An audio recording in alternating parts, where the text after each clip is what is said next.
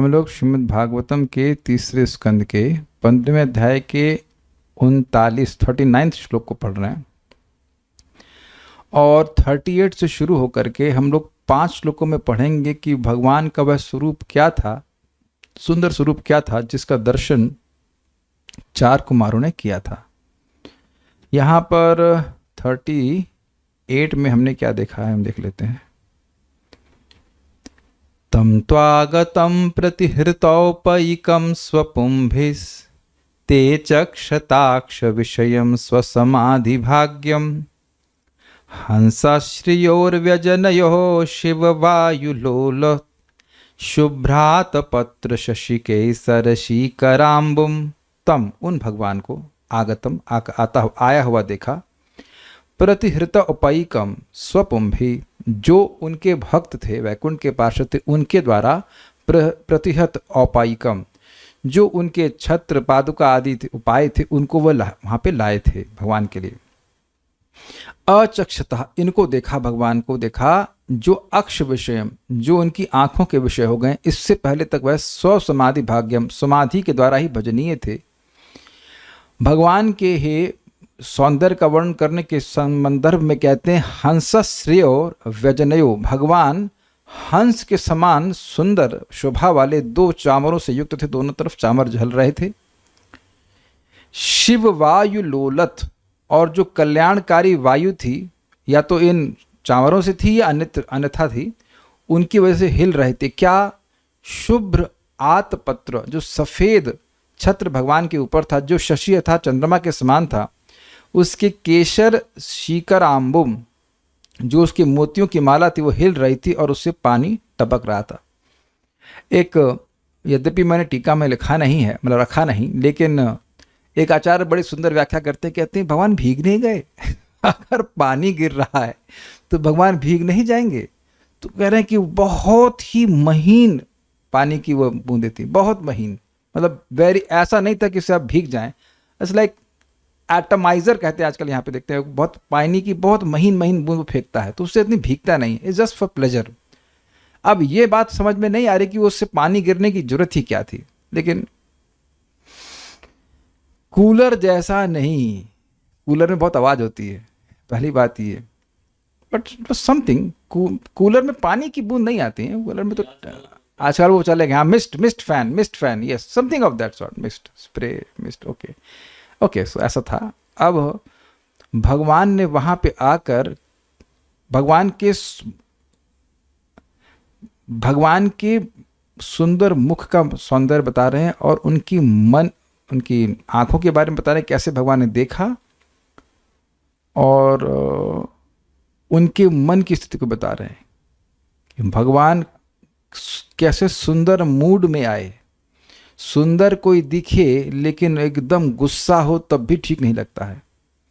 आप देखिए कि इस जगत में कोई व्यक्ति किसी घर में आए और एकदम ऐसे क्यों आया, केवल भ्रम चढ़ा ले तो व्यक्ति तुम घबरा जाएगा। यहाँ देखिए 4 कुमारों ने भगवान के पार्षदों का अपराध किया और बड़ी अमेजिंग बात है यार, तुम पहली बार वैकुंठ में आए और अपराध कर दिए हमारे तो बड़े अजीब आदमी यार, पहली बार तुम वैकुंठ आए आते ऐसा झगड़ा शुरू कर दिया।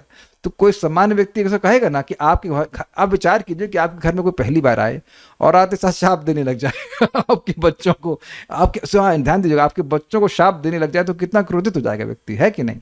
भगवान के पार्षद भगवान के बच्चे ऐसे हैं, बच्चा ही मानते हैं भगवान, बिल्कुल प्रेम करते हैं। तो भगवान आ करके ऐसा अवलोकन करे कि अंदर से भी उनकी प्रसन्नता सूचित हो रही थी और बाहर से भी हो रही थी। तो हम श्लोक को देखेंगे, हम लोग बोलते हैं, कृष्णा प्रसाद सुमुखम स्पृहणीय धामा स्नेहावलोक कलया हृदि संस्पृशंतम श्यामे पृथावुरसि शोभितया श्रियास्व चूड़ामणिं सुभगयन्तमिवात्मधिष्ण्यं कृष्ण प्रसाद सुमुखं स्पृहणीय धाम स्नेहावलोक कलया हृदि संस्पृशन्तं श्यामे पृथावुरसि शोभितया श्रियास्व चूड़ामणिं सुभगयन्तमिवात्मधिष्ण्यं कृष्णा प्रसाद सुमुखम स्पृहणीय धाम स्नेहावलोक कलया हृदि संस्पृशन्तम श्यामे पृथावुरसि शोभितया श्रियास्व चूड़ामणिं सुभगयन्तमिवात्मधिष्ण्यम्। सो पढ़ते हैं, बहुत सुंदर सुंदर अर्थ आएंगे और आप लोग चकित हो जाएंगे। भगवान सारे आनंद के आगार हैं अर्थात आश्रय हैं। उनकी शुभ उपस्थिति हर एक के आशीष के लिए है और उनकी स्नेहमयी मुस्कान तथा चितवन हृदय के अंतरतम को छू लेती है। भगवान के सुंदर शरीर का रंग श्यामल है और उनका वक्षस्थल लक्ष्मी जी का विश्राम स्थल है, जो समस्त स्वर्ग लोकों के शिखर रूपी संपूर्ण आध्यात्मिक जगत को महिमा मंडित करने वाली हैं। इस तरह ऐसा प्रतीत हो रहा था कि मानो भगवान स्वयं ही आध्यात्मिक जगत के सौंदर्य तथा सौभाग्य का विस्तार कर रहे हों। अन्वय देखिए, स्पृहणीय धामा, स्पृहणीय मतलब जिसकी इच्छा की जाए, अभिलाषा की जाए, अभिलषित कहा जाएगा शब्द, जिसकी इच्छा की जाए, ऐसे धाम, ऐसे गुणों के धाम अर्थात जो आश्रय हैं। भगवान सद्गुणों के आश्रय हैं, तो भगवान सद्गुणों के आश्रय का मतलब है भगवान स्पृहणीय गुणों के आश्रय हैं। जिन गुणों को भगवान प्रकट कर रहे थे, जैसे कि सौंदर्य, सौरभ्य, सौरभ का मतलब होता है सुंदर गंध, भगवान की दिव्य शरीर से दिव्य गंध आ रही थी। तो वो सारी चीजें जो हैं, वो सारे जो गुण थे, वह उन गुणों को आस्वादन करने की स्पृहा चार कुमार कर रहे थे। इस रूप में देखा, ध्यान दीजिएगा कि देख कौन रहा है। यद्यपि यहाँ पे अचक्षत शब्द नहीं है, लेकिन आपने सुना था कि अचक्षत शब्द को हर श्लोक में सेट कर देना होगा। भगवान, ऐसे भगवान को देखा जो स्पृहणीय धाम, मतलब ऐसे गुणों से युक्त हैं जिनकी स्पृहा करनी चाहिए। तो अब एक बात बड़ी महत्वपूर्ण है, भगवान दिव्य हैं और भगवान के गुणों को भी वह अप्रिशिएट कर रहे हैं चार कुमार, और उनकी स्पृहा कर रहे हैं। कितना सुंदर रूप है।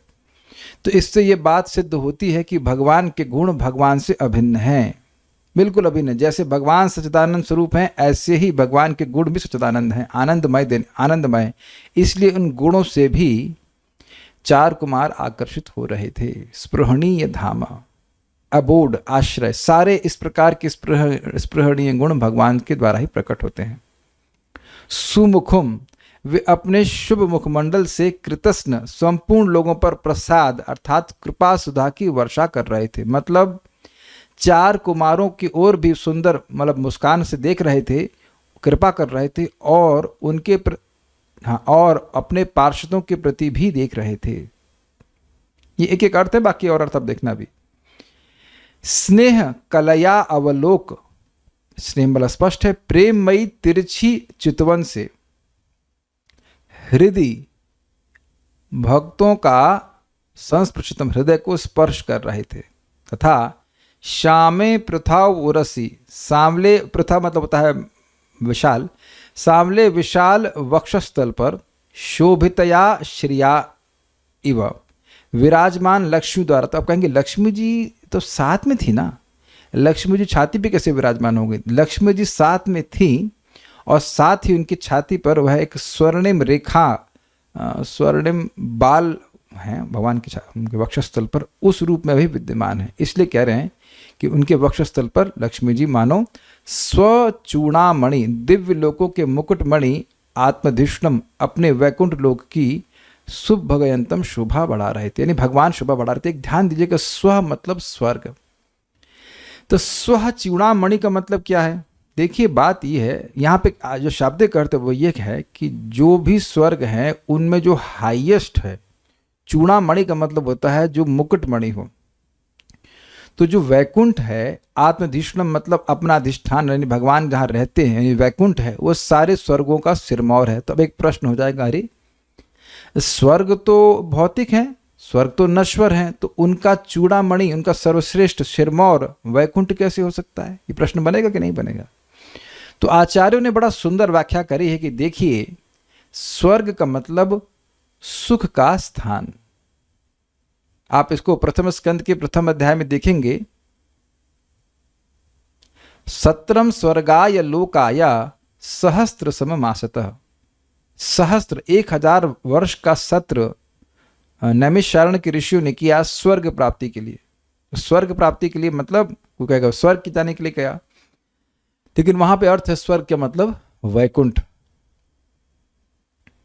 तो यहां पे जो बात आ रही है, स्व मतलब वह स्थान जहां सुख मिलता है। तो स्वर्ग ऑनवर्ड्स व्यक्ति को सुख मिलना शुरू हो जाता है और उत्तरोत्तर वह सुख बढ़ता जाता है ब्रह्मलोक पर्यंत।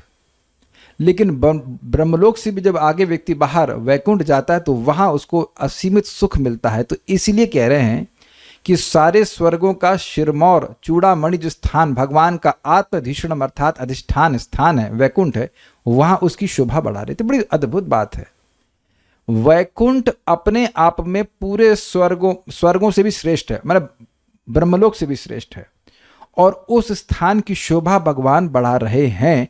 ऐसा भगवान का अद्भुत सौंदर्य है। ऑलरेडी जो पहले से ही जो स्थान असीमित रूप से सुखमय है, उसका सौभाग्य को क्या बढ़ाना। लेकिन यहां पे भगवान सौभाग्य बढ़ा रहे हैं लक्ष्मी जी के संग। यानी कि कहने का आशय ये कि अगर भगवान वैकुंठ में नहीं हो सकता, कभी होना नहीं है, लेकिन एक बात बोली जा रही है कि भगवान अगर वैकुंठ में ना हो तो वैकुंठ की शोभा नहीं है, ये अर्थ है। इतना सुंदर भगवान के सौंदर्य को वह देख रहे थे, सुंदर रूप में देख रहे थे। अभी केवल एक ऊपर ऊपर अर्थ दिया हूं, आगे देखिएगा आगे क्या होता है। कृष्ण प्रसाद सुमुखम, सभी के ऊपर, कृष्ण मतलब संपूर्ण रूप से हर एक को आशीर्वाद देते हुए भगवान अपने सुंदर मुख को प्रस्तुत किए। स्पृहणीय धामम, ऐसे भगवान को देखा जिनके गुण 4 कुमारों के द्वारा स्पृहणीय थे। ध्यान देना होगा कि 4 कुमारों ने देखा जिनके हृदय में कोई स्पृहा ही नहीं है, निर्ग्रंथ है, किसी भी चीज को भोगने की, छूने की, देखने की, जिसमें कोई स्पृहा नहीं है। उन्होंने भगवान को एक दो नहीं अनेकों स्पृहणीय गुणों के आश्रय के रूप में देखा। ये बहुत बड़ा कॉन्ट्रडिक्शन है। जो व्यक्ति इस जगत की किसी चीज में इंटरेस्टेड नहीं है, उसने भगवान को एक दो नहीं अनंत अनंत, यहां नंबर नहीं लिखा है कितने गुण हैं, अनंत अनंत स्पृहणीय गुणों के आश्रय के रूप में देखा। कुछ समझने का प्रयास कीजिए। जैसे मान लीजिए कोई व्यक्ति अपने को बहुत विरक्त करे, बहुत सुंदर स्त्री आ गई, तो अब केवल उसके सौंदर्य से वह आकर्षित हो जाएगा, केवल एक गुण देख रहा है।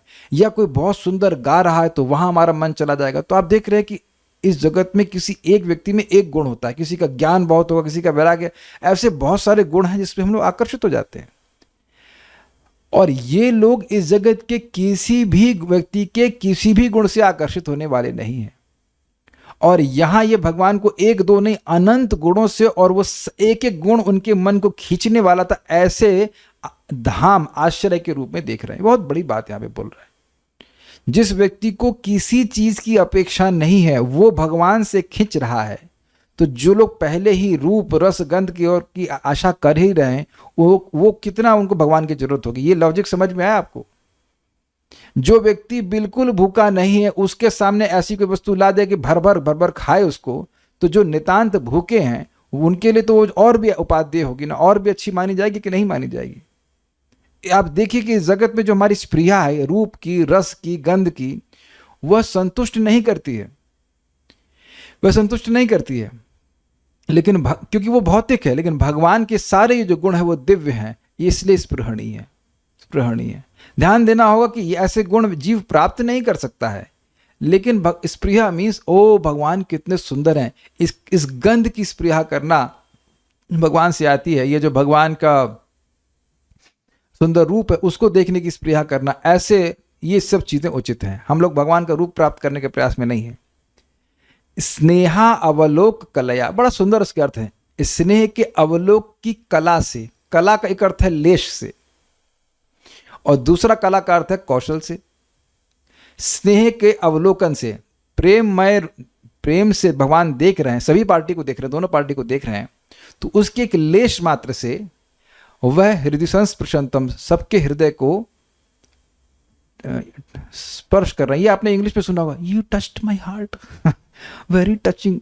ये शब्द आपने सुना होगा ना, वेरी टचिंग। तो हृदय को स्पर्श कर रहे हैं, मतलब हृदय में भी भावनाएं, संवेदनाएं जागृत कर रहे हैं। लोग अनुभव कर रहे हैं कि भगवान कितने कृपालु हैं। ओह हरे कृष्णा, हमने प्लान नहीं किया था, आप ये थोड़ा सा बिछा लीजिएगा, बैठ जाइए आराम से अभी तो, हाँ बैठ जाइए प्लीज जी। एक भक्त कह रहे हैं भागवतम कितनी सुंदर। अरे रुक जाइए, अभी अभी आने दीजिए, टीका देखिए क्या आप अभी तो आप लोग कल ही इंट्रोड्यूस करा रहा हूँ, देखिए तो सही। अच्छा, तो यहाँ क्या क्या चीज़ देखा हमने? भगवान के सुंदर मुख के बारे में देखा, उनके गुणों के बारे में सुना, उनके चितवन, चितवन मतलब होता है जो भगवान अवलोकन देख रहे हैं उसके बारे में सुना, और सबके हृदय को स्पर्श भगवान कर रहे हैं। पता नहीं अपने जीवन में कभी किसी की आंखों में अफेक्शन देखा है कि नहीं अपने प्रति, जस्ट लाइक डीप अफेक्शन। तो ऐसा अफेक्शन व्यक्ति के हृदय को टच करता है। अगर वो नहीं देखा होगा तो ये बताइए कि किसी के आंखों में अपने, क्या तुमने कभी किसी की आंखों में अपने लिए हेट देखा है? गुस्सा देखा है? Have you seen? तो ये आप बहुत बार देखे होंगे, जगत में लोग इस प्रकार से देखते ही हैं, ऐसे लग रहा है खा जाएंगे ना। कभी कभी आप लोग ने, किसी ने कभी नहीं देखा क्या? आप वैकुंठ में रहते हैं? देखा है, देखा, यस यस यस, बहुत बार।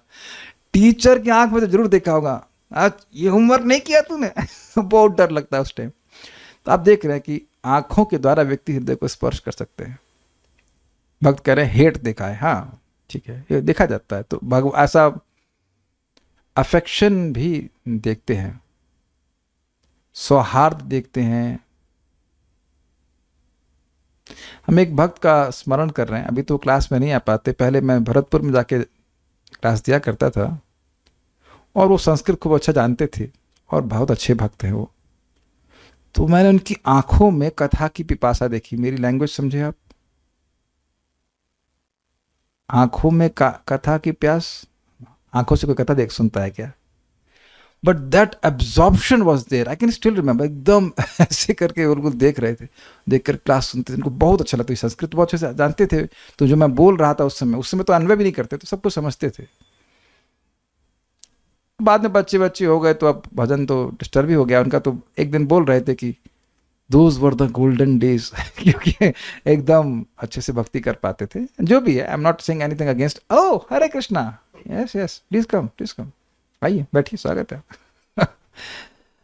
तो ये एक बात है बट इंटरेस्टिंग कि हम क्या बात कर रहे थे? आंखों से व्यक्ति बहुत सारी भावनाएं जागृत कर देता है किसी के हृदय में।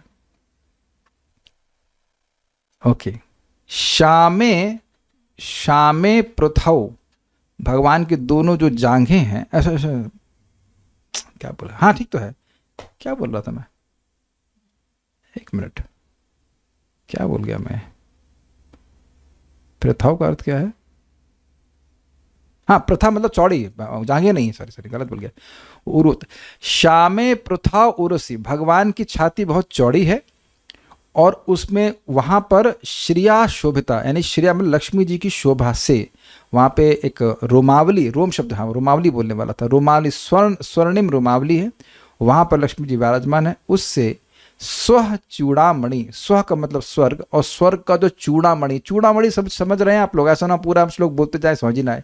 चूड़ामणि मतलब हाईएस्ट लिमिट, सिरमौर, मुकुटमणि कह लीजिए, चूड़ामणि कह लीजिए, ये बात है भाई। मुकुट सर पे धारण करता है, ऐसे ही जो सबसे सर्वश्रेष्ठ स्वर्ग है, ऐसा कह लीजिए। उस आत्मधीष्णम, अपने अधिष्ठान, अपने स्थान वैकुंठ में, को सुभगयंतम एवं, मानो वह सौभाग्यमान कर रहे हो, ये बात बोल रहे हैं। उम्मीद है कि आप ये बात समझ पाए होंगे कि स्वर्ग में सर्वश्रेष्ठ वैकुंठ कैसे है। ये समझे बात? स्वर्ग देखिए, ये पकड़िए, स्व चूड़ामणिम, स्व मतलब स्वर्ग, चूड़ामणि मतलब सर्वश्रेष्ठ। सारे स्वर्गों में जो सर्वश्रेष्ठ स्वर्ग है वह आत्मधीष्णम, भगवान का आत्मधीष्णम मतलब अपना रहने का स्थान। मैं पूछूं भगवान विष्णु कहाँ रहते हैं, तो आप कहेंगे वैकुंठ में रहेंगे। आप एकदम क्या लैपटॉप के सामने आके इधर बैठी ना, देख भी नहीं पाएंगे। हाँ, आपके पास फोन वगैरह है कुछ, ज्वाइन करेंगे तो श्लोक देख लीजिए, श्लोक देख के समझ में आएगा। आत्मधिष्णम दिख रहा है आपको यहाँ पे? आत्म ने अपना, और धिष्णम मतलब स्थान, अधिष्ठान। भगवान कहाँ रहते हैं? भगवान वैकुंठ में रहते हैं। तो भगवान का जो अपना स्थान जो वैकुंठ है वो कैसा है, उसका विशेषण बता रहे हैं। वह है स्वचूड़ामणि, वह सारे स्वर्गों में सर्वश्रेष्ठ है। भाई देखिए, विचार कीजिए, स्वर्ग में आनंद है, आनंद है, उससे ऊपर जाएंगे तो और अधिक आनंद। कुछ फैक्टर है, 100 का या 1000 का फैक्टर है कि स्वर्ग से ऊपर जो आनंद है, महरलोक, महरलोक से महरलोक, जनलोक, तपलोक, ब्रह्मलोक, ऐसे करके जो व्यवस्था है, और जो भी बीच में ग्रह है, उसमें उत्तरोत्तर और अधिक अधिक सुख मिलता जाता है। तो सब ये सारे के सारे भोग के स्थान है। देखिए, थोड़ा समझने का प्रयास करें। कभी किसी की इच्छा होती है यहाँ पे खूब रोटी में घी लगा लगा के खाया जाए, तो अब आप लोग का हो सकता है भाग्य, मेरा भाग्य खत्म हो चुका है, घी होने के बाद भी नहीं लगा सकते, समझे। तो स्वर्ग में यह भाग्य, दुर्भाग्य नहीं है। क्यों भाई, जितना चाहो उतना खाओ, तो ये आनंद का स्थान हुआ ना, भोग स्थान हुआ कि नहीं। यहाँ जरा सा भोग करेंगे तो रोग होने लग जाता है। और उत्तरोत्तर जो लोग हैं, वहाँ भोग नहीं कर रहे लोग, वो भगवान की भक्ति करके वो सुख अनुभव कर रहे हैं, तपस्या करके सुख अनुभव कर रहे हैं। तो पॉइंट ये है, इस सभी भोग के स्थान है, सॉरी क्षमा कीजिएगा, आनंद के स्थान है, सर्वश्रेष्ठ आनंद वैकुंठ में मिलता है। तो उस वैकुंठ की शोभा भगवान बढ़ा रहे हैं। कैसे? उनके छाती पर लक्ष्मी जी का रोमावली है, लक्ष्मी जी रोमावली के रूप में, रोमावली समझ रहे हैं, रोम समझते हैं ना, जैसे पुरुषों के छाती पे बाल होते हैं, तो बाल की जगह, बाल तो हैं जो होंगे ऐसे, लेकिन हमको पता नहीं बाल है कि नहीं, लेकिन भगवान लक्ष्मी जी रोमावली के रूप में है। रोमावली नहीं समझ रहा है, स्वर्णिम, मान लीजिए किसी के बाल स्वर्ण जैसे हों, तो स्वर्णिम रोमावली एक रोम की रेखा है, अवली मतलब रेखा, उस रूप में लक्ष्मी जी विद्यमान है वहाँ पे, ये बात बोल रहे हैं। तो ऐसे सुंदर भगवान हैं, वो वैकुंठ की शोभा को बढ़ा रहे हैं। श्रीधरी, अब जरा एक एक शब्द को देखिएगा, बड़ा अच्छा है। कृष्णम अर्थात सभी द्वारपालों तथा मुनिजनों पर प्रसाद सुमुखम अर्थात कृपा की वर्षा करने के कारण सुंदर प्रसन्न मुख वाले, मतलब भगवान, कृतस्न का मतलब होता है संपूर्ण, सब गुण, तो दोनों पर भगवान कृपा कर रहे हैं। ऐसा नहीं है कि अब 4 कुमारों पर गुस्सा हो रहे हो कि यार तुम लोग आते ही झगड़ा करना चालू कर दिए, वैकुंठ में आज तक अनादि काल से कोई झगड़ा नहीं किया, तुम 4 बच्चे आकर क्या डिस्टर्ब कर रहे हो। नहीं, वहाँ 4 कुमारों के प्रति भी भगवान मुस्कुरा रहे हैं, और अपने द्वारपालों पे मुस्कुरा रहे हैं कि तुमको पता नहीं कैसे ब्राह्मण से बर्ताव करना चाहिए, ऐसा भी नहीं, दोनों तरफ मुस्कुरा रहे हैं, दोनों तरफ मुस्कुरा रहे हैं। प्रसाद सुमुखम, कृपा करने के कारण उनका मुख बहुत सुंदर लग रहा है। कोई गुस्सा करके कैसे कृपा करेगा, ऐसे कोई मुंह बना के चलेगी, क्या कर दिया तुम लोगों ने, तो ऐसा नहीं, उनका मन में बहुत आनंद है। स्पृहणीय धाम अर्थात समस्त स्पृहणीय गुणों के आश्रय स्वरूप भगवान है। स्पृहणीय मतलब जिनकी इच्छा की जाए। स्नेहावलोक कलया अर्थात प्रेम पूर्वक सबों को देखने के कारण। हृदय स्पर्शंतम, जैसे वे सबों के हृदय का स्पर्श कर रहे हो, अर्थात सबों को सुख प्रदान कर रहे हो। ये हृदय को स्पर्श करने का मतलब है कि सभी जहां उपस्थित भक्त थे, देखिए उपस्थित भक्त से मेरा मतलब है कि 4 कुमार, वो द्वारपाल और अन्य भक्त भी वहां उपस्थित थे, उन सभी को वह भगवान सुख दे रहे थे, ये कह रहे हैं। आप लोग मंदिर तो गए ही होंगे, कभी ऐसा लगा कि भगवान आज देख रहे हैं ये क्यों आ गया? नहीं, भगवान सबको खुश खुश देखते हैं। तो एक व्यक्ति बोला, अरे भगवान के भक्त यहाँ दुखी हो रहे हैं, तो भगवान मुस्कुरा क्यों रहे हैं, तो भगवान रोए। भगवान रोए क्यों? भगवान देख रहे हैं कि मेरे पास आया, इसका कल्याण तो मैं कर ही दूंगा। भगवान तो वेट कर रहे हैं, मेरे सामने क्यों नहीं आ रहा है, मेरे पास आएगा, सब मैनेज कर लूंगा। देखिए, एक बड़ी मजेदार बात है, हम लोग अभी भगवान को पिक्चर में ना रखें तो बड़ी कॉम्प्लिकेटेड बात हो गई। 4 कुमारों ने द्वारपालों को बोल दिया भौतिक जगत में जाओ, ये नहीं बोला कि आओ कैसे, ये बताया, ये तो कुछ नहीं बोला, तो वो तो गए बेचारे काम से, वो वैकुंठ वापस कब आएंगे पता नहीं। देखिए, यहाँ 2, 4, 5 हजार 10 हजार आदमी के खो जाते हैं तो कितना रोता है, और किसी का असीमित सुख हो जाए तब कितना नुकसान हो जाएगा, बताइए कितना नुकसान हो जाएगा, असीमित नुकसान हो जाएगा, बहुत बड़ा नुकसान हो गया। जिस रूप माधुरी का आज 4 कुमार एक बार आस्वादन कर रहे हैं, ये जो भी जय विजय पार्षद हैं, ये तो अनादि काल से कर रहे हैं, उनका तो बड़ा जबरदस्त नुकसान हो गया ना, बहुत बड़ा नुकसान हो गया। कैसे सॉल्व होगा, क्या होगा? लेकिन भगवान के लिए कुछ भी समस्या का समाधान करना कुछ भी मुश्किल नहीं है, इसलिए दोनों पे मुस्कुरा रहे हैं, कोई दिक्कत नहीं है। त्रैलोक की विवक्षा मानने पर सत्यलोक पर्यंत स्वर्ग के चूड़ामणि के समान स्थित अपने स्थान वैकुंठ धाम को वो जैसे शोभित कर रहे थे। ये समझ में नहीं आया कि मतलब क्या है, तो समझा रहे हैं, नोट पे देखिए। स्वर्ग अर्थात सुख भोग का स्थान, इसलिए सत्यलोक पर्यंत स्वर्ग यहाँ कहा जा रहा है। यद्यपि सत्यलोक यानी ब्रह्मा जी के लोक में कोई भोग नहीं है। भोग मतलब जिस तरह से यहाँ पे आहार निद्रा भय मैथुन वाले भोग चल रहे हैं, स्वर्ग में भी वो सब नहीं है। लेकिन क्योंकि वहाँ भी जीव को आनंद मिलता है, उत्कृष्ट आनंद, इसलिए वहाँ पे स्वर्ग कहा जा रहा है। स्वर्ग मतलब जो आनंद का स्थान है, सुख भोग का स्थान है, सुख मिलता हो। तो ऐसे करते करते जो ब्रह्मलोक तो पहुंचा, तो ब्रह्मलोक सर्वश्रेष्ठ स्वर्ग है कहाँ पे? इस जगत में। भाई स्वर्ग थोड़ा सा समझिए, जैसे आपका घर है, होटल क्या है? होटल को सुख भोग का स्थान माना जाता है, तभी ना पैसा खर्च करते हैं, जाते हैं ना बड़े बड़े रिजॉर्ट। रिजॉर्ट का मतलब क्या होता है? अब उसमें भी ग्रेडिंग होती है ना, 1 स्टार भी होता है, 1 star 2 star 3 star 4 star 5 star, आज के साथ 8 स्टार भी आने लगे हैं, 7 स्टार, और लिमिट क्या है आई डोंट नो, 10 स्टार जो भी है। तो अब हैं तो वो सभी सुख भोग का स्थान, वट एवर सेंस, लेकिन उसमें ग्रेडेशन है। तो उसी अर्थ में कह रहे हैं कि जो सत्यलोक है वह भी सर्वश्रेष्ठ स्वर्ग है, उससे भी श्रेष्ठ है वैकुंठ, ये कहते हैं। सारार्थ दर्शनी, ये बड़ी सुंदर टीका करी गई है। भगवान के भक्तों को शाप देने के कारण हम यह नहीं जानते कि हमारे प्रति भगवान अपने हृदय में शुद्ध हैं अथवा नहीं। शुद्ध मतलब समझते हैं, खिन्न, क्या यार हमारे पार्षदों को ऐसे शाप दे दिए। इस संशय के सिंधु में निमग्न सनकादि मुनिगण ने कृष्ण प्रसाद सुमुखम, कृष्ण अर्थात संपूर्ण, अर्थात अंदर और बाहर से जो पूर्ण रूप से प्रसन्न है, और सुमुख अर्थात जिनका मुखमंडल अत्यंत प्रसन्न है, ऐसे भगवान को उन्होंने देखा। ये पूरा सेक्शन समझने का प्रयास कीजिए। इतना बड़ा कोई अपराध कर दे किसी व्यक्ति के प्रति, स्पेशली भगवान के प्रति, भगवान की इच्छा क्या है? भगवान की इच्छा यही है कि जीव भौतिक जगत को त्याग करके उनके पास वैकुंठ में रहे। अग्रीड, इसमें तो कोई दिक्कत नहीं समझने में। तो अब कोई व्यक्ति किसी जीव को वैकुंठ से इस जगत में गिराने के निमित्त बने तो कितना बड़ा अपराध होगा, ये समझ रहे हैं आप? कोई बात एक शिला भक्ति सिद्धांत ठाकुर जी कहते थे कि जितना भी मूवमेंट चल रहा है उससे कोई एक जीव भी वैकुंठ चला गया तो हम उसको सफल मानेंगे। अमेजिंग, एक जीव तो ये भगवान की बहुत बड़ी इच्छा। आप विरुद्ध भागवतामृत में पढ़ेंगे कि भगवान गोप कुमार को जो वैकुंठ पहुंचते तो कहते हैं स्वागतम स्वागतम, मैं कब से तुम्हारी प्रतीक्षा कर रहा था। तो एक एक जीव के लिए भगवान प्रतीक्षा कर रहे हो, यहाँ अच्छे भले द्वारपालों को आप भौतिक जगत में भेज दे रहे हो, तो भगवान का अपराध हुआ कि नहीं हुआ? भक्तों का अपराध मतलब भगवान का अपराध। भाई आप देख लो ना कि दुर्वासा मुनि ने अम्बरीश महाराज से का अपराध किया तो कितनी फजीयत में पड़ गए थे। तो अब ये 4 कुमार कह रहे हैं कि एक तो हम वैकुंठ आए पहली बार, और आते साथ हमने भगवान के द्वारपालों का अपराध कर दिया, तो क्या भगवान हमसे शुद्ध हैं कि नहीं है? अब अच्छा हैं ये तो समझ में आ रहा है, इसमें तो कोई संशय नहीं है अगर आप 4 कुमारों की तरफ से देखें, लेकिन नहीं है वह क्यों?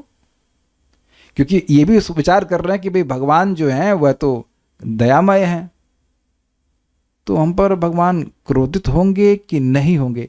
इस संशय के सिंधु में वे डूबे जा रहे थे। इसका क्या मतलब है? संशय सिंधु में डूबे जा रहे थे। उनको समझ नहीं आ रहा है कि अब होगा क्या। उनको नहीं समझ में आ रहा है कि भगवान कैसा बर्ताव करेंगे। क्या आप लोग कभी ऐसा हुआ है कि संशय में फंस गए कि ये करें कि वो करें? Is it not? ये बस पकड़े कि वो बस पकड़े, कि ये काम करें कि वो काम करें, कि यहाँ जाए कि वहाँ जाए। अरे आदमी बड़ा परेशान होता है। देखिए yes is clear, no is good, but yes और नो इज नॉट गुड। आप समझ ही रहे होंगे, है ना? वो आप कभी अपने जीवन में देखना, सबके जीवन में आता है कोई मुख्य डिसीजन लेना हो जीवन में और न समझ में करना क्या है, तो व्यक्ति बड़ा परेशान हो जाता है।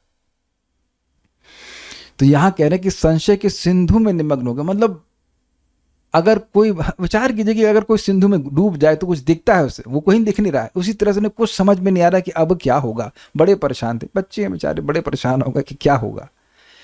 तो कह रहे हैं कि कृष्ण, अब बहुत हमको अच्छा लग रहा है। कृष्ण मतलब संपूर्ण, अंदर से भी प्रसन्न दिख रहे हैं भगवान और बाहर से भी प्रसन्न दिख रहे हैं। इसका क्या मतलब है? देखिए इंग्लिश में एक शब्द आता है, से कहते हैं राई स्माइल, WRY, अंग्रेजी समझते हैं आप? राई स्माइल, ठीक, मतलब आप मुख से प्रसन्नता दिखा रहे हो, अंदर से नहीं हो रहा। ये आप समझते हैं इस बात को?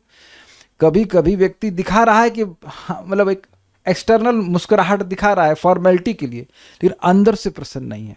देखो भगवान की कृपा तो तभी मिलेगी ना जब भगवान आपसे अंदर से प्रसन्न हो। ऐसे अंदर बाहर भगवान का नहीं है, लेकिन एक बात बताई जा रही है कि आप किसी को मतलब खुश हो अंदर से, तब ना वह पर कृपा करेगा। तो ऐसा तो भगवान को उन्हें इस रूप में देखा कि ऐसा अनुभव किया कि भगवान न सिर्फ मुस्कुरा रहे हैं, भगवान उनसे अंदर से भी प्रसन्न है, ऐसा उन्हें अनुभव किया। कृष्ण प्रसाद सुमुखम, कृष्ण प्रसाद सुमुखम। समझ पा रहे हैं ये अंडरस्टैंडिंग? एक कृष्ण प्रसाद सुमुखम का मतलब था कि दोनों के प्रति कृपा कर रहे हैं, द्वारपालों के प्रति भी और चार कुमारों के प्रति।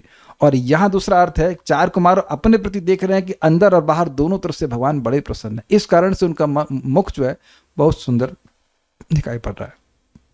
इसलिए वे सोचे, कौन सोचे? चार कुमार की, अरे हमें तो भगवान की पूर्ण प्रसन्नता ही उपलब्ध हुई है। इस उल्लसित अंतःकरण वाले मुनियों के नेत्र एवं इंद्रियों के स्पृहणीय धाम अर्थात ग्रहणीय अर्थात अभिलषित सौंदर्य, सौश्वर्य, सौरभ्य, सौकुमार्य, कारुण्य और औदार्य के धाम अर्थात पूर्ण आस्पद ऐसे भगवान को देखा। ये क्या होता, समझिए। चार कुमार ये उम्मीद कर रहे हैं कि भगवान उनको डांटेंगे, एटलीस्ट डांटेंगे तो जरूर, शाप ना दे तो। मुझे याद नहीं कि भगवान विष्णु कभी किसी को शाप दिए हैं, अगर कभी हो तो बताना। शाप देते हैं क्या? हमको पता नहीं, भगवान विष्णु शाप देते हैं क्या? शाप देने के लिए गुस्सा होना चाहिए ना। अब भृगु मारे, छाती पे मार दिए प्रहार के, तब तो शाप दिए नहीं। पता नहीं, आप लोग ढूंढ के लाना कभी भगवान विष्णु शाप दिए हैं क्या। Not idea. मुझे याद आ रहा था कि अश्वत्थामा को भगवान कृष्ण शाप दिए, हाँ may be, but at least I don't know Vishnu भगवान कभी किसी को शाप दिए कि नहीं। एनीवेज, जो भी है। तो खैर, अब ये चारों बच्चे, मतलब चारों कुमार जो हैं, ये एकदम आश्चर्यचकित हो गए। वाह वाह वाले अर्थ में, अरे भगवान तुमसे प्रसन्न है। अब ये देखिए, ये उनकी बुद्धि प्रोसेस ही नहीं कर पा रही है कौन ये लोग? भगवान के ज्ञान के अवतार चार कुमार, ब्रह्मा जी के पुत्र हैं, लेकिन इनकी बुद्धि प्रोसेस ही नहीं कर पा रही। आपकी प्रोसेस कर पा रही है? आपका मतलब मैं आप ही को नहीं बोल रहा हूँ, हम सभी को बोल रहा है। क्या प्रोसेस कर रही है? अपने ही पार्षद हैं, कोई व्यक्ति पहली बार आए और आपके ही बच्चे को गाली दे दे, शाप दे दे, तो क्या आप प्रसन्न होंगे?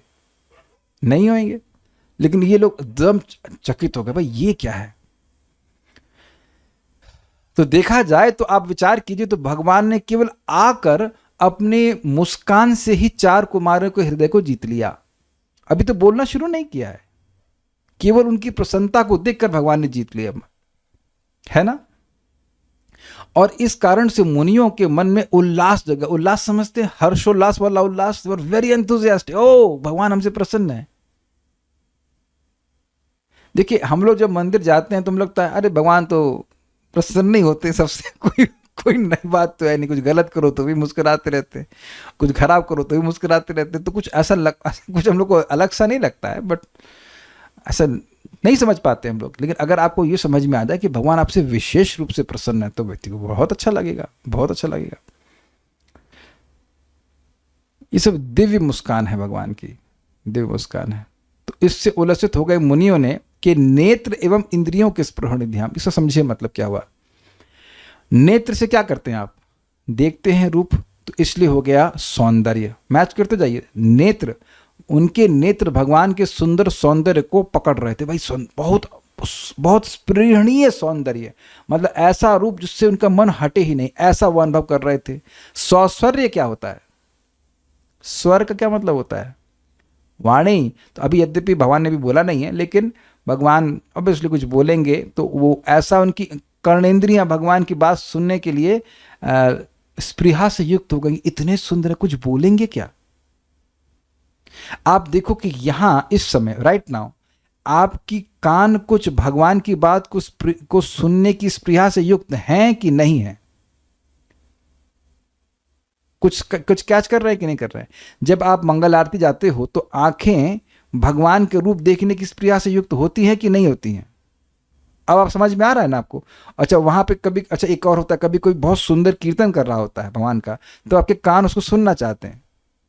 आज मैंने क्या कि एक नया स्पीकर था हमारे पास बड़ा वाला, तो हमने कहा जब जाना ही है हमको सब्जी मार्केट तक, तो क्यों ना कीर्तन बजाते बजाते जाते हमने बैग में रख लिया और जोर से हरे कृष्णा, महाराज जी गा रहे थे, बीवीगंज महाराज कीर्तन बड़ा सुंदर गा रहे थे। तो सब्जी वाले पूछे क्या इसको स्कूटर में लगा रखा है तुमने? नहीं, जेब में, सॉरी बैग में रखा। इट वाज सो वंडरफुल, वो स्कूटर चलाते हुए बड़ा मजा आ रहा था कीर्तन करने में। तो मेरे कान उस कीर्तन को सुनने की स्पृहा से युक्त थे। आप समझ गए होंगे मैं क्या कह रहा हूं। अच्छा, सौरभ मतलब गंध, भगवान के दिव्य शरीर से दिव्य गंध आती है, तो उनकी जो नेत्र हैं वह उनकी गंध को भी सूंघना चाहते थे। सौकुमार्य, सौकुमार मतलब सुंदर, जो नवयौवन वाली अवस्था उसको। कारुण्य और औदार्य, अब ये कारुण्य जो है, करुणा, वो भगवान के मन में है, उदारता भगवान के मन में, उसको वह अपने मन से अनुभव कर सकते हैं। यही समझा सकता हूँ मैं, समझ पा रहा हूँ। ये केवल एक मतलब सैंपल है, भगवान के अनंत गुण हैं। तो जिस जिस इंद्रिय से भगवान के जो जो गुण को वह मतलब अनुभव कर सकते हैं, उसकी स्पृहा उनको होने लगी। तो ये समझ रहे हैं पॉइंट क्या, धाम का मतलब क्या है। रूप देखना चाहते हो, चलो बड़ी अच्छी बात है, इस जगत में किसी का रूप अच्छा होता है, लेकिन आवाज एकदम खराब होता है ना, लड़की सुंदर बहुत है लेकिन ऐसे बोल रही है कि आप उसकी आवाज सुनना ही नहीं चाहते है ना, कि अब उसकी आवाज अब बिल्कुल नहीं सुनना चाहते। अग्रीड है ना। तो अब पॉइंट ये है कि भगवान, और अब देखिए यहाँ किसी के शरीर से सुगंध तो आती नहीं है, तो छोड़ दीजिए। तो कोई रूप में अच्छा है, कोई वाणी में अच्छा है ना, लेकिन भगवान सारे गुणों के धाम है। ये कहने का मतलब बेसिकली पॉइंट ये है कि कुछ भी हमारी इंद्रियों की स्प्रिया है, हमें शिक्षा लेनी चाहिए। कोई भी हमारी स्प्रिया है, सुंदर रूप देखने की, रस अनुभव करने की, सब कुछ, वो सब कुछ भगवान से व्यक्ति को प्राप्त हो जाता है, हो सकता है मतलब उसकी अगर योग्यता होगी। तो प्रश्न हो कि योग्यता कैसे आएगी। देखिए योग्यता आएगी हरे कृष्णा कृष्णा कृष्णा हरे हरे, हरे राम राम राम हरे हरे। इनकी योग्यता कैसे आई। कल हम लोग सोच रहे थे ना, सुन रहे थे कि भगवान ने अपनी रति शक्ति का शक्तिपात इन चार कुमारों पे किया, तब इनके अंदर ऐसी स्पृहा आई भगवान को देखने की, क्योंकि भगवान के गुणों के वो मधुरता को वो अनुभव कर पा रहे हैं। तो जब व्यक्ति भगवान का नामोच्चारण करता है और भगवान का प्रसाद ग्रहण करता है, कल प्रभात ने समझाया था इस बात को, भगवान के बारे में सुनता है, तो उसके हृदय का जो कचरा है वो साफ होता है, भगवान की अंतरंगा शक्ति का शक्तिपात होता है उस हरि नाम उच्चारण के द्वारा, उस कथा के द्वारा, और धीरे धीरे करके वह भगवान के रूप रस गंध को पकड़ने की शक्ति को धारण कर पाता है। महाराज इसको बहुत सुंदर तरह से समझा रहे हैं। कहने देखिए एक रेडियो होता है, तो रेडियो नॉर्मल ही है, लेकिन उसका एंटीना बड़ा कर देते हैं और उसकी कुछ फ्रीक्वेंसी सेट करते हैं, तो जो शब्द व्याप्त है वायुमंडल में उसको पकड़ने लगता है।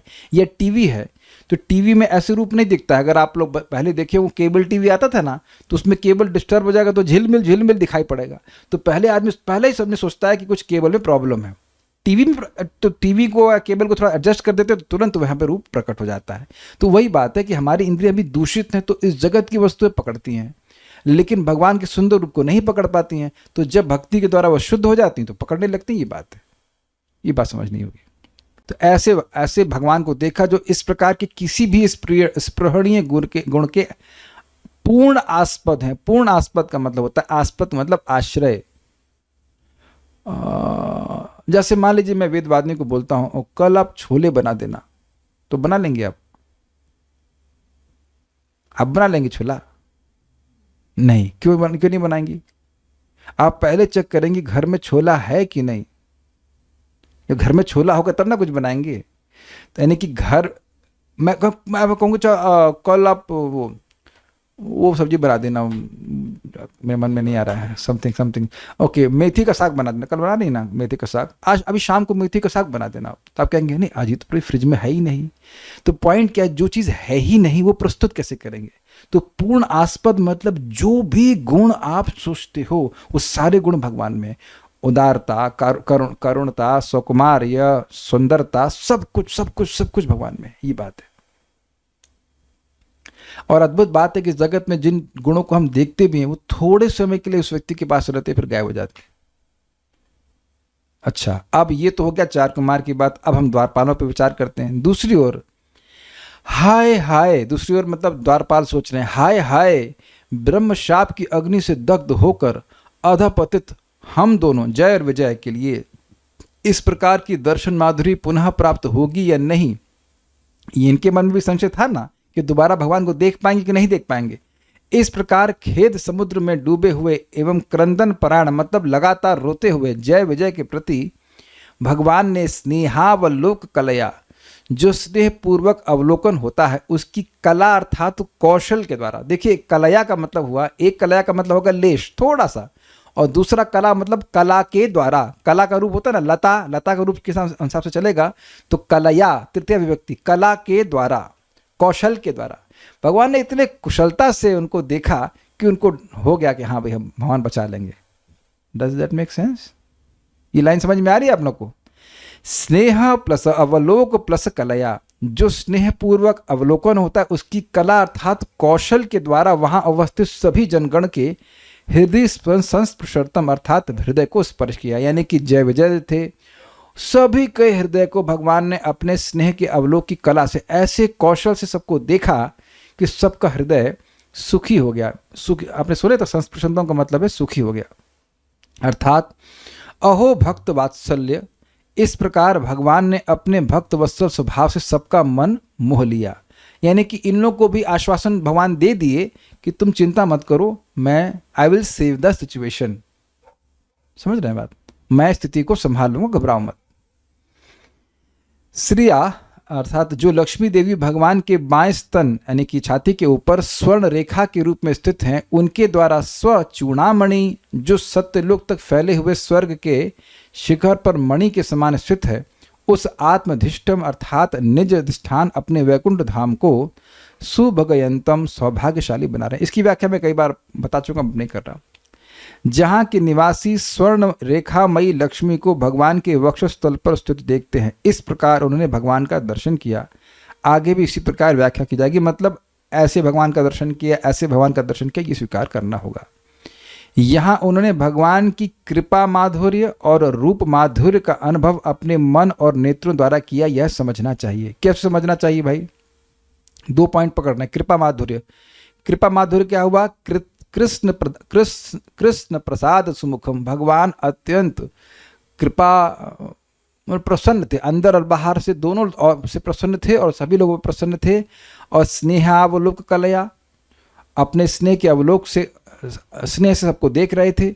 और स्पृहणीय धाम अर्थात सुंदर रूप आदि का वह दर्शन किए। तो मन से समझ गया कि भगवान प्रसन्न है, तो भगवान की उदारता का अनुभव किया, कारुणता का अनुभव किया, और आंखों से भगवान का सुंदर रूप का दर्शन किया। ये बात आप समझ रहे हैं? ओके, सो अब प्रभुपाद जी का लंबा तात्पर्य है तो उसको हम लोग पढ़ेंगे और पढ़ ही लेंगे, और इजी है। आप पढ़िए तात्पर्य। Want to read? पढ़िए, माइक पे थोड़ा पास आना पड़ेगा।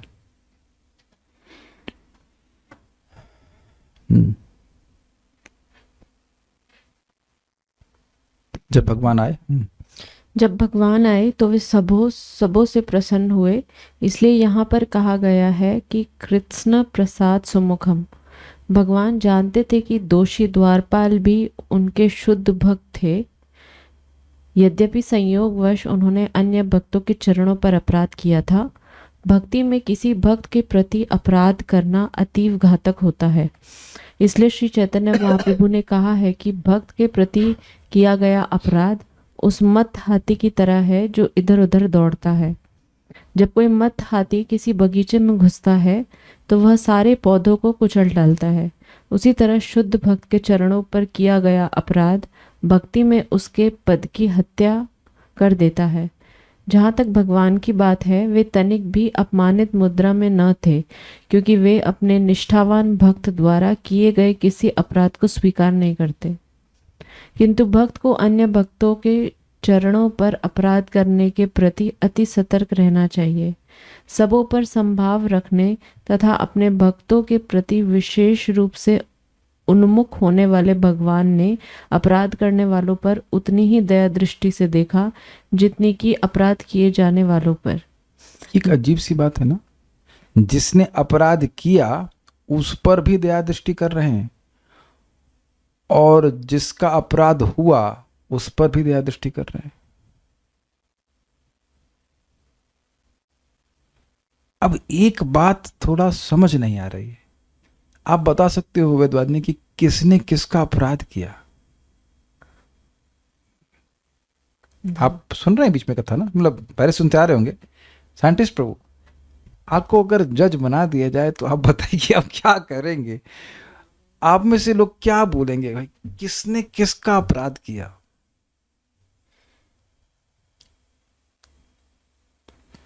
देखा जाए तो शुरुआत द्वारपालों की गलती से हुई। एक भक्त कह रहे हैं कि बड़ा अपराध कुमारों का है। अब आप कह रहे हो कि अपराध कुमारों का है, लेकिन द्वारपाल तो कह रहे हैं कि आपने बिल्कुल सही विचार करके हमें दंड दिया है।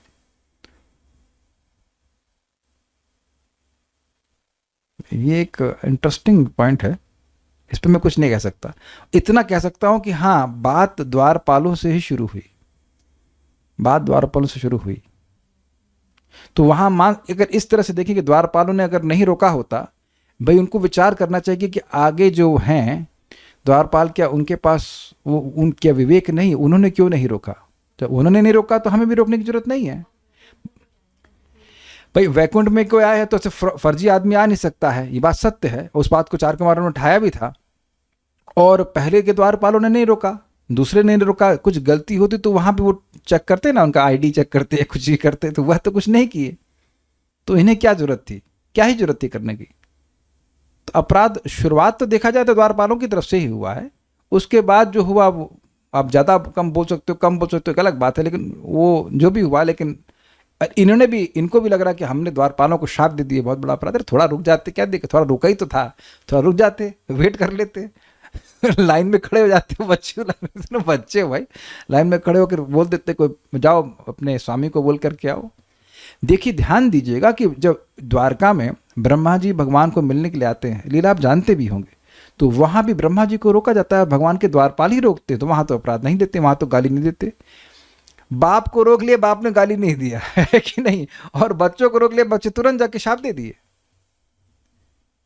It is not really like, इस ऑब्वियसली भगवान की लीला के अंतर्गत ही हो रहा है, लेकिन अगर ऐसा समझा जाए तो अपराध द्वारपालों की तरफ से शुरुआत हुआ था, माना जा सकता है। लेकिन ऐसा नहीं कि भगवान अब दया दृष्टि नहीं कर रहे। आगे पढ़िए। भगवान की यह प्रवृत्ति दिव्य गुणों के अपार आगार होने के कारण है। भक्तों के प्रति उनकी प्रसन्न मुद्रा इतनी मोहक तथा हृदय स्पर्शी थी कि उनकी मुस्कान तक उनके लिए आकर्षक हो गई। वह आकर्षण न केवल इस भौतिक जगत के समस्त उच्च लोकों के लिए दिव्य था, अपितु उससे परे आध्यात्मिक जगत के लिए भी था। सामान्यतया लोगों को इसका अनुमान नहीं हो पाता कि उच्चतर लोकों में स्वाभाविक स्थिति क्या है, जो सारी साज सामग्री की दृष्टि से अत्यधिक संपन्न है। फिर भी वैकुंठ लोक इतना सुहावना है तथा इतना दैवी है कि इसकी उपमा मणियों के हार के मध्य मणि या लॉकेट से की जाती ये है। समझे, प्रभुपाद समझा रहे हैं क्या, चूड़ामणि, बहुत सारी मणियों का वो है, इसमें मुख्य रूप से जो लॉकेट होता है उसको स्पेशल कहा जाएगा। उसी तरह से कह रहे हैं कि सारे स्वर्गों में सर्वश्रेष्ठ वैकुंठ है, ये बात बोल रहे हैं। एक और अच्छी बात प्रभुपाद ने कही कि बड़ी सिंपल सी बात है कि सामान्य जीवन जीते हुए व्यक्ति स्वर्ग की भी धारणा नहीं कर सकता।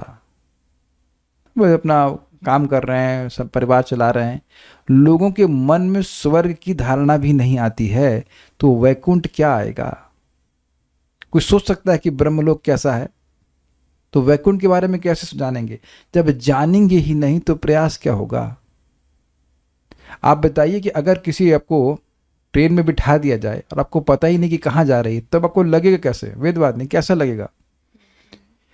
किसी बस में बिठा दिया आपको जबरदस्ती, और आपको पता ही नहीं कि बस जा कहाँ रही है, तो कैसा लगेगा आपको? माइक पे बताइए। हेल्पलेस लगेगा, क्रोध हेल्पलेस आएगा। और क्रोध आएगा, और लगेगा किडनैप कर लिया हमको है ना?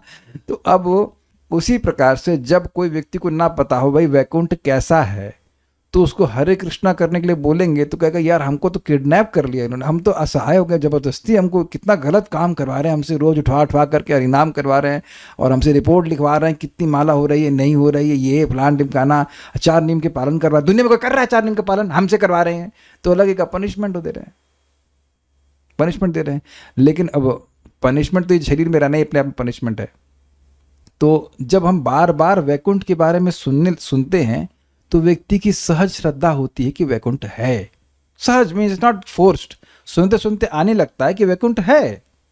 और फिर आप जब जब करते हैं तो आपको याद रहता है कि जब आपको वैकुंठ लेके जाएगा, तब मगर ये तो बहुत कम पेमेंट हो रहा है, बहुत कम पेमेंट में हो रहा है। ये बात है। जैसे अभी आज आपने बस में ट्रैवल किया, तो अब मेरे ख्याल से 400 रुपये का टिकट था किसी न्यूगो का, और आपको शायद 200 रुपये मिल गया, जो भी था, तो आप कहें बड़ा कम है। आपको जाना है तब ना, और ना जाना हो तो 200 रुपये ज़्यादा लगेगा कि नहीं लगेगा? 50 रुपये ज़्यादा लगेगा। हम जाना ही नहीं भैया, हमको 50 रुपये नहीं, 50 रुपये भी ज़्यादा है। तो वैकुंठ जाने की स्पृहा जागृत कर देती है ये भागवत। कितना सुंदर स्थान है, वहाँ पे जाना चाहिए। पढ़िए। इस श्लोक में स्पृहणीय धाम शब्द सूचित करता है कि भगवान समस्त आनंद के आगार हैं, क्योंकि उनमें सारे दिव्य गुण पाए जाते हैं। यद्यपि जो लोग निर्विशेष ब्रह्म में तदाकार होने के आनंद के लिए ललायित रहते हैं, वे इनमें से केवल कुछ ही गुणों की कामना करते हैं, किंतु ऐसे भी कुछ इच्छुक हैं जो भगवान के दासों के रूप में उनका साक्षात सानिध्य चाहते हैं। ये समझना होगा लाइन जबरदस्त। जो व्यक्ति ब्रह्म में लीन होना चाहता है वो कौन से गुण को चाहता है? शाश्वतता, ज्ञान, ज्ञान ज्ञान अवेयरनेस हो और शाश्वतता रहे, लेकिन आनंद नहीं चाहता है।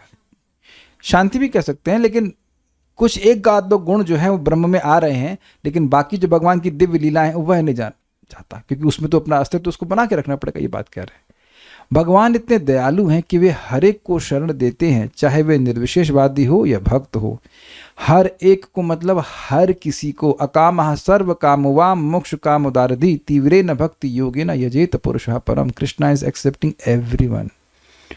कभी कभी एक भक्त को बड़ा डाउट रहता है कि हमारी भौतिक इच्छाएं हैं तो भगवान हम उससे घृणा तो नहीं करेंगे? पता नहीं कैसे आप सोच रहे हो। वे निर्विशेषवादियों को अपने निर्विशेष ब्रह्म तेज के रूप में शरण देते हैं, जबकि भक्तों को वे अपने निजी धाम वैकुंठ लोकों में आश्रय प्रदान करते हैं। वे अपने भक्तों के प्रति विशेष रूप से उन्मुख रहते हैं। वे अपनी मुस्कान तथा उन पर अपनी चितवन से ही भक्तों के हृदय के अंतःस्थल को छू लेते हैं। आपको ये सब बातें बहुत ना पोएटिक लग रही होंगी। हम आपको एक लौकिक बात बोलते हैं। इस जगत में देखा गया है कि लोग अमिताभ बच्चन के बंगले के बाहर जाके खड़े जाते हैं, पता नहीं अभी भी खड़े होते कि नहीं, ये शाहरुख खान के what ever any hero for that matter, वो बाहर आकर के ऐसे थोड़ा सा देख लेता है और ऐसे हाथ हिला देता है, हम तृप्त हो गए। केवल मुस्का देता है ना, मुस्का देता है, थोड़ा देख दे, वो क्या है यार, वो एक नॉर्मल। हम लोग इतने बेवकूफ़ हैं, मतलब लोग इतने बेवकूफ़, वो नहीं समझ पा रहे he is also same human being. वो केवल एक्टिंग करना जान रहा है। और एक चीज़ बताओ, अगर मैं बुरा न माना, अमन प्रभु को, यार तुम बड़ा एक्टिंग करते हो, तो मैं आपकी निंदा कर रहा हूँ कि आपकी प्रशंसा कर रहा हूँ? निंदा कर रहा हूँ कि तुम जो नहीं हो, आप जो नहीं है, वो उसकी जगह कुछ और दिखाते रहते हैं। ये बोलते हैं ना जगत में, तुम यार बड़ा एक्टिंग कर रहे हो। तो जो आदमी एक्टर है वो कर क्या रहा है? जो वो नहीं है उसके विपरीत वो दिखा रहा है कि मैं बहुत बड़ा हीरो हूँ, ये इत्यादि इत्यादि। तो अब वही व्यक्ति आकर के थोड़ा सा मुस्का दिया, आंखों से देख लिया, तो लोग अरे कृतार्थ हो गए। हमको जान रहे, एक व्यक्ति बता रहे थे कि वो साइकिल से गए धर्मेंद्र से मिलने के लिए। Come on, stupidity. अग्रीड? ये बात है। तो भगवान के ऐसा सामर्थ्य है, ये भगवान का सामर्थ्य है कि केवल मुस्कान से और देखने से व्यक्ति को ठीक कर देते हैं। ये अनुभव है भक्तों का जब भगवान का दर्शन करने के लिए जाते हैं मंदिर में। हम तो कृष्ण बलराम जी की बात कर रहे हैं, इस्कॉन वृंदावन की बात कर रहे हैं। आप स्पेशली सुबह अगर आप जाएं और भगवान के सामने खड़े हों,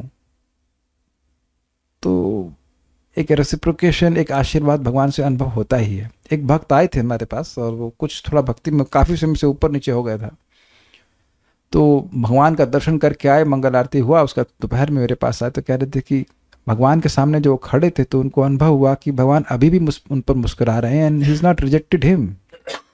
वो प्रसन्न है कि वो आए। इस प्रकार से मतलब उनको फील हुआ भगवान रेसिप्रोकेट करते हैं, क्योंकि प्रतिमा मात्र नहीं है। वो मात्र मतलब देखने में लग रहा है प्रतिमा है, प्रतिमा देखने थोड़ा को बीती जाता है। भगवान वहाँ पे खड़े हैं, विद्यमान है, वो देखते हैं। तो ठीक है, ये सब बातें हैं। वैकुंठ लोक में भगवान सदा ही सैकड़ों हजारों लक्ष्मियों द्वारा सेवित होते हैं, जैसा कि ब्रह्म संहिता में भी कहा गया है, लक्ष्मी सहस्त्र शतसम ब्रह्म से विमानम। इस भौतिक जगत में यदि किसी पर लक्ष्मी जी रंच भर भी कृपा करती हैं तो वह महिमा मंडित होता, मतलब पैसे वाला हो जाता है। अतः हम इसी से अनुमान लगा सकते हैं कि आध्यात्मिक जगत में भगवान का साम्राज्य कितना महिमा मंडित है, जहां सैकड़ों हजारों लक्ष्मियां भगवान की सेवा में लगी रहती हैं। समझे बात? एक लक्ष्मी की थोड़ी कृपा कटाक्ष मिल जाती है तो व्यक्ति बड़ा संपन्न होता है, वहां हजारों लक्ष्मी लगी हैं तो कितना वहां पे धन होगा, सब कुछ संपत्ति होगी। अब देखिए हमारा कितना ज्ञान है कि इस जगत के थोड़े थोड़े धन के पीछे भागता रहता है व्यक्ति, और वैकुंठ का पूरा धन छोड़ा हुआ है। कितने विरक्त हैं हम लोग।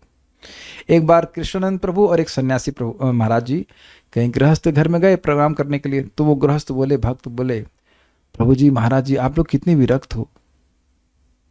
तो कहते हैं विरक्त हम नहीं हैं, विरक्त आप हैं। कहते हैं हम कैसे विरक्त हैं? कहते हैं देखिए कृष्ण सब कुछ है और आपने कृष्ण को ही छोड़ा हुआ है। तो आपको बड़ा चल, आप जब कृष्ण को ही छोड़े हो तो हमसे अधिक विरक्त हुए ना। कृष्ण वो भक्त नहीं होगा, मेरे ख्याल से नया व्यक्ति रहा होगा। Very nice answer. तो वैकुंठ का साम्राज्य छोड़े, यहां का जड़ वस्तु को पकड़े जो कि छीन ही ली जाएगी। इस श्लोक की अन्य विशेषता यह है कि इससे स्पष्ट बतलाया गया है कि इस वैकुंठ लोक कहां स्थित है, मतलब ब्रह्मलोक के भी ऊपर है। वे समस्त स्वर्ग लोकों की चोटी पर स्थित हैं, जो कि ब्रह्मांड की ऊपरी सीमा सूर्य मंडल के ऊपर हैं और सत्यलोक या ब्रह्मलोक कहलाते हैं। ये कुछ समझे? स्वर्गलोक के ऊपर और ऊपर ब्रह्मलोक है, उसके ऊपर और उसके बाहर जाकर वैकुंठ है। ऐसा नहीं सोच लेना चाहिए कि ब्रह्मलोक के ऊपर वैकुंठ है, नहीं, ब्रह्मांड के बाहर है। आध्यात्मिक जगत ब्रह्मांड के परे स्थित है, इसलिए यहां कहा गया है कि आध्यात्मिक जगत या वैकुंठ लोक सारे लोकों का शीर्ष है। अब तो कोई है नहीं प्रश्न इसमें। So many places are unseen in this world, yet people believe they do exist. But why do they have issues in believing that Vaikuntha exists? That is our true abode. Superficially, they do puja of Lakshmi ji too, but Vaikuntha simply no. प्रश्न यह है कि इस जगत में बहुत से स्थान हमने देखे नहीं हैं, फिर भी विश्वास कर लेते कि अमेरिका है, ग्रीनलैंड है, जबकि ग्रीनलैंड में ग्रीन कुछ भी नहीं है, सब आप बर्फ से ढका हुआ, पता नहीं ग्रीन क्यों बोलते हैं। तो कोई फोटो दिखा देता है तो स्वीकार कर लेते हैं, लाइक दैट। तो बात यह है कि भगवान इस बात को स्पष्ट रूप से गीता में कहते हैं, जो लोग पुण्यात्मा हैं वो भगवान की बात पे विश्वास करते हैं। इसको हम एकदम से भी नहीं कोट कर पा रहे हैं, भक्ति संदर्भ में ब्रह्म वैवर्त पुराण का एक श्लोक कोट किया गया है जीव गोस्वामी पाद के द्वारा। उसे बता रहे हैं कि देखिए कई कई जन्मों का जब पुण्य इकट्ठा होता है तब व्यक्ति को शास्त्र में श्रद्धा होती है। आप लोग यहाँ एक भी व्यक्ति एक्सप्लेन नहीं कर सकता कि आपको भगवत गीता पे विश्वास क्यों है। आपका नाम नहीं जानता माता जी का ना, आयुषी माता जी की गीता सही है, भगवत गीता सही है। आपने पढ़ा है कभी? अभी नहीं पढ़ा, चलिए आप नए हैं, लेकिन आपको क्या लगता है भगवत गीता सही है गलत है, क्या लगता है? सही। अच्छा मेरे सामने तो आप सही बोलेंगे, ठीक है। लेकिन आप देखिए कि सामान्यतः भारत में लोग भगवत गीता ना भी पढ़ें तो भगवत गीता को गलत नहीं मानते। और आप लोग पे विचार कीजिए, अपने हृदय में, अपने हाथ पे रख, अपने हृदय पे, अपने सीने पे हाथ रखकर बोलो और सोचो कि क्या गीता गलत है, और आप कहेंगे नहीं गलत कैसे, सही तो है, सब कुछ सही है। ऑब्वियसली जब आप भक्ति करते हैं तो जो बातें बोली गई वो दिखती भी हैं आपको, ऐसा नहीं कि नहीं दिखती हैं, लेकिन ये जो धार्मिक प्रवृत्ति है वो पहले की पुण्य की वजह से है। ये बात है। आप में से किसी व्यक्ति को मुझे ये सब ज्यादा कन्विंस नहीं करना पड़ा कि भागवत सही है गलत है ना, नेचुरल। तो जो लोग और उस पर भी जब व्यक्ति सुनता है तो फिर और उसकी भक्ति बढ़ जाती है। मोक्ष माता जी कुछ पूछ रहे हैं, 4 कुमार शुद्ध भक्त हैं फिर भी क्रोध में श्राप देती है। देखिए उस समय तक पहली बात वो ब्रह्मानुभूति वाले व्यक्ति थे, उनको भगवान की अनुभूति नहीं थी, तो शुद्ध भक्ति अभी प्राप्त हुई नहीं है। क्रोध क्यों आया वो हमने सुना, बाद में उन्होंने पश्चाताप किया कि क्रोध नहीं करना चाहिए था। ठीक है, आई होप मैं कोई ऑफेंस नहीं कर रही हूँ ये क्वेश्चन पूछते हुए। शुद्ध भक्त होते हुए भी तत्क्षण क्रोध क्यों आया? देखिए एक बात पहले समझ लीजिए कि वह शुद्ध भक्त थे नहीं। शुद्ध भक्त मतलब उसका भगवान से संबंध स्थापित हो गया, ऐसा नहीं था। भगवान की स्प्रिया थी उनको देखने की, स्वाभाविक सी बात है, लेकिन ब्रह्मानंद अनुभव करने वाले व्यक्ति थे। शुद्ध भक्त अभी हो जाएंगे। अभी उनके मन में, अब देखिए उनके मन में भगवान के रूप और रस गंध को देखने की स्पृहा आ गई है, भगवान को देख करके। आपने सुना था ना कल श्लोक में कि भगवान ने अपनी रति शक्ति का, प्रेम शक्ति का शक्तिपात उन पर किया, तब वह भगवान के गुणों से आकर्षित हो पा रहे थे। उम्मीद है कि आप समझ पाए होंगे। और बाकी क्रोध क्यों हुआ था, तो ये तो सब देखिए भगवान की इच्छा से हुआ। जिसको कुछ नहीं चाहिए उसको अगर कहीं द्वार पे रोक दिया जाए तो इतना गाली देगा नहीं, ये तो सब आप देखने वाले हैं आगे, आप सुने भी होंगे पहले भी, और डिटेल में आगे देख लेंगे, भगवान की इच्छा से हो रहा है। सन प्लैनेट इज बिलो ब्रह्मलोक, हमको इस बारे में 5वां स्कंद पढ़ेंगे तो बताएंगे, लेकिन हाँ सत्यलोक सर्वश्रेष्ठ है, उससे ऊपर कोई भी लोक नहीं है। ये तो मुझे भी समझ नहीं आता, क्या समझ में नहीं आता। तो ब्रह्मलोक में लाइट कहाँ से आती है? अच्छा, आप इंजीनियर हैं, वहां पे प्लांट लगाएंगे देख रहे हैं आपने, मतलब बुरा नहीं माना, लेकिन भाई हम नाम तो नहीं बोल लेंगे, श्लोक का किरकिरा कर दिया आपने। अब ब्रह्मलोक में लाइट कहाँ से आती ये है प्रश्न श्लोक से संबंधित अरे अब आप क्या बताएं, आप लोग ऐसे कैसे प्रश्न कर देते हैं बताइए। ब्रह्मलोक, ठीक है छोड़ दीजिए, एक डाउट आया इसे पूछ लिया फर्जी, ये पेड क्वेश्चन होना चाहिए इसका ये फ्री में नहीं होना चाहिए। क्या श्राप वापस नहीं लिया जा सकता था? ठाकुर जी की कृपा से संभव हो सकता था? ये अच्छा प्रश्न है। प्रश्न ये है कि क्या भाई भगवान तो सर्वसमर्थ हैं, इस श्राप को काट नहीं सकते थे? ये आप स्वयं देखेंगे, भगवान बोलेंगे कि यद्यपि मैं इस श्राप को काट सकता हूं लेकिन नहीं काटूंगा।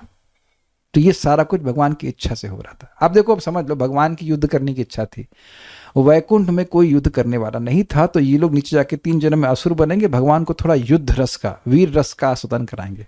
ये बात है, इसे भगवान की इच्छा से होता है, एकदम क्लियर कि भगवान। एक बड़ी अच्छी बात हमको लग रही है कि बहुत से भक्त जो रिलेटिवली नए भी हैं वह सब भी भगवान के बारे में प्रश्न कर रहे हैं। This is very heartening. ठीक है, कभी कभी प्रश्न उल्टे पुल्टे हो जाते हैं, लेकिन फिर भी घंटा भर हम लोग आके भगवान के बारे में सोच रहे हैं, ये बहुत अच्छा हो रहा है, बहुत अच्छी बात हो रही है। It's very nice. जैसे मान लीजिए कल कोई यही पूछ रहा था कि उस छत्र से पानी कैसे टपक रहा है, तो आप जब करते हुए भी सोच सकते हैं कि भगवान है, भगवान का छत्र, पानी कैसे टपक रहा है, कम से कम भौतिक बात तो नहीं सोच रहा है कोई व्यक्ति। This is very heartening, this is very nice. तो उम्मीद है कि आपने कुछ कुछ श्लोक को समझा। एक बात आ गई जिसको मैं छोड़ दिया था, मतलब छूट गया, मैं समझ रहा हूँ कि सबको समझ में आ ही रहा होगा। ये वैष्णव अपराध का क्या मतलब होता है? उसमें बहुत व्याख्या हो सकती है, लेकिन अपराध का मतलब होता है असंतुष्टि। तो कोई भक्त हमसे असंतुष्ट हो जाए तो वह वैष्णव अपराध बनेगा। ऐसे तो बहुत सारे विस्तार है। एक बात है किसी को जाति बुद्धि के अनुसार करना, भाई ये तो बनिया वैष्णव है, ये क्या कहते हैं उड़ीसा का वैष्णव है, ऐसे करके और भेद देखना, ये वैष्णव के प्रति अपराध होता है। वैष्णव इस प्रकार से नहीं होते। और बाकी जिस तरह से कोई व्यक्ति असंतुष्ट हो, जो कोई भक्त असंतुष्ट हो जाए, वह अपराध में काउंट होगा, ये बात है। लेकिन उसको अब केस टू केस देखना पड़ता है। कोई कहे कि आप क्लास से मत जाओ तो अब उसकी वजह से वो असंतुष्ट हो रहा है तो फिर नहीं कह सकते कुछ भी। लेकिन ध्यान देना चाहिए कि अगर हम भक्त को सुखी नहीं कर सकते तो कम से कम दुखी नहीं करें। फॉलोइंग, अगर हम किसी को सुखी नहीं कर पा रहे हैं भक्त को, तो कम से कम दुखी नहीं करें। सुखी कर सके तो बहुत अच्छी बात है। हमारे मन में भाव होना चाहिए कि भक्त हमसे सुखी हो जाएं, लेकिन ये निरंतर भाव रहना चाहिए। इसके बाद भी हर भक्त आपसे सुखी होगा नहीं, लेकिन हमारे मन में भाव होना चाहिए कि भक्त सुखी हो जाए। बहुत सुंदर सिंपल सी चीज है। ये देखिए कि वो व्यक्ति, वो भक्त आपसे क्या चाहता है और क्या वो देना ठीक है तो देना चाहिए। Does it make sense? अगर सामर्थ्य है, नहीं सामर्थ्य तो अलग बात है, लेकिन अगर सामर्थ्य है और वो चीज उचित है तो देना चाहिए। अगर कोई भक्त धाम में ही जन्म लिया है तो उसके प्रति विशेष सम्मान होता है ही है। It is offence in comparison to others. सब भक्तों का सम्मान करना चाहिए। जन्म लिया है नहीं लिया है उस बात छोड़ करके केवल इतना देखना चाहिए कि सब लोग भगवान की भक्ति कर रहे हैं। और केवल यदि आप गुरु की पोजीशन पे हैं, मीन्स काउंसलर हैं या कुछ है, और वाकई आपकी हित कामना है उस व्यक्ति के प्रति, तब डांटने का अधिकार है, क्योंकि उस व्यक्ति ने सब्सक्राइब किया हुआ है। सब्सक्रिप्शन समझते हैं आप? वो आपको गुरु के रूप में स्वीकार कर रहा है, तब आप कुछ करेक्शन दीजिए, वो भी इस भावना से कि उसका हित हो, और ये भी असर्टन कर लीजिए कि उसका हित होगा ही। ऐसा नहीं जबरदस्ती बोले जा रहे हैं उसको गलत हो जाए कुछ। कभी मिथ्या अहंकार वश हम डिवोटीज के प्रति अपराध हो जाते हैं, जैसे क्लोज फ्रेंड, स्कूल इत्यादि, तब माफी मांग लीजिए। यहाँ देखा ना कि अपराध हुआ तो माफी मांग ली। ये नहीं कि ये ब्रह्मा जी की एक परम आयु के बाद वो माफी मांग रहे हैं, माफी मांग लेना चाहिए। अगर आपको ये बोध हो गया कि हमसे कुछ अपराध हुआ है तो क्षमा मांग लेना चाहिए। ठीक है, सो विल स्टॉप हियर। इससे भक्ति में प्रगति बहुत तीव्रता से होती है। हाँ, एक बात और छूट रहा है, वाणी के द्वारा भी बहुत अपराध होता है। लोग ऐसे बैठे बातचीत कर रहे होते हैं और किसी भक्त की निंदा चुगली शुरू हो जाती है, ना तो वह उससे ठीक होगा, ना आपके एनालिसिस से कुछ होने वाला है, और हमारा चित्त दूषित होता है कि भगवान हृदय में बैठे हुए हैं, वो देख रहे हैं कि क्या बात कर रहा है। ये बहुत खतरनाक होता है। आप समझ रहे हैं ना मेरी बात? कोई भी भक्त कुछ गलत हो रहा है, अगर हमारा उससे कुछ संबंध नहीं, हमसे ठीक नहीं कर सकते, तो हम उसके बारे में चर्चा करने से क्या होने वाला है? Is it not? इस सब नेगेटिविटी से बचना चाहिए, तो फिर भगवान की भक्ति में तीव्रता से प्रगति होगी। I am also struggling means I am trying to be conscious. भगवान की बात सुनना चाहिए, उसमें मन अच्छा रहता है। Okay, will stop now. Shrimad Bhagavatam की जय, श्रील प्रभुपाद की जय।